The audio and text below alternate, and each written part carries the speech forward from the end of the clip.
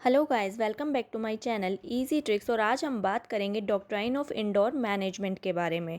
Doctrine of indoor management doctrine of constructive notice का एक exception है। डॉक्ट्राइन ऑफ कंस्ट्रक्टिव नोटिस के according कहा गया है कि जब भी कोई आउटसाइडर किसी कंपनी के साथ डील करता है तो उसकी ये रिस्पॉन्सिबिलिटी है कि वो कंपनी के इम्पॉर्टेंट डॉक्यूमेंट्स यानी कि MOA memorandum of association and AOA article of association को अच्छे से रीड कर ले और उसकी सभी कंडीशंस को अच्छे से समझ ले और उसके बाद ही वो कंपनी के साथ डील करे। बट अगर वो ऐसा नहीं करता और उसे कोई लॉस होता है और इन फ्यूचर अगर वो आउटसाइडर कंपनी के अगेंस्ट कोई केस फाइल करता है तो कोर्ट ये प्रिज्यूम करेगी कि वो आउटसाइडर कंपनी के article of association and memorandum of association में लिखी सभी कंडीशंस, रूल्स, रेगुलेशंस को अच्छे से जानता था और कंस्ट्रक्टिव नोटिस के कॉन्सेप्ट के अकॉर्डिंग जो बेनिफिट मिलेगा वो कंपनी को बेनिफिट मिलेगा। अब इस डॉक्ट्राइन का एक एक्सेप्शन है जो कि है doctrine of indoor management. Doctrine of indoor management के कॉन्सेप्ट के अकॉर्डिंग कहा गया है, जब भी कोई आउटसाइडर किसी कंपनी के साथ डील करता है तो वो ट्रू फेथ में डील करता है।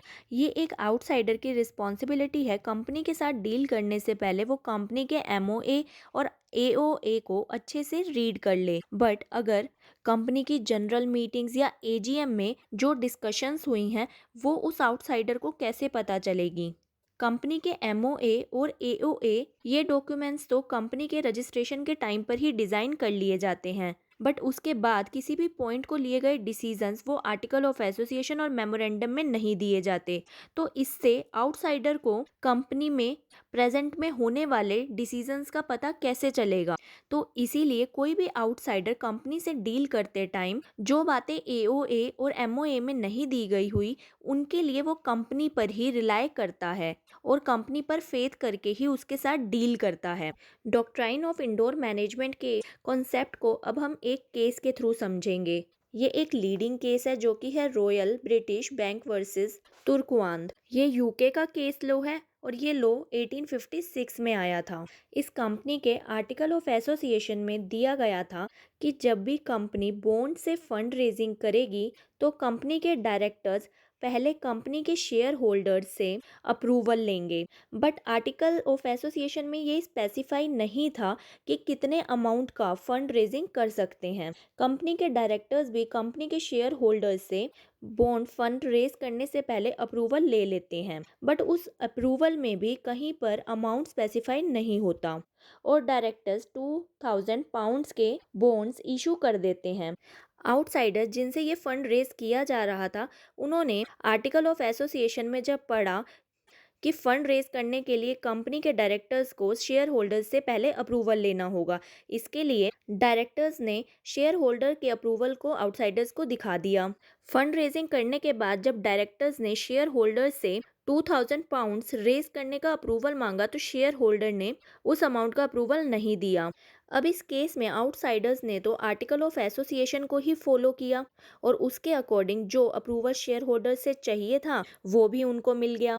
इस केस में कोर्ट ने डिसाइड किया कि इस केस में आउटसाइडर्स ने तो सभी रूल्स को फॉलो किया है, बट कंपनी के इंटरनल मैनेजमेंट की ही गलती है और कंपनी ने जो फंड रेज किया था 2000 पाउंड्स का वो कंपनी आउटसाइडर्स को पे करेगी।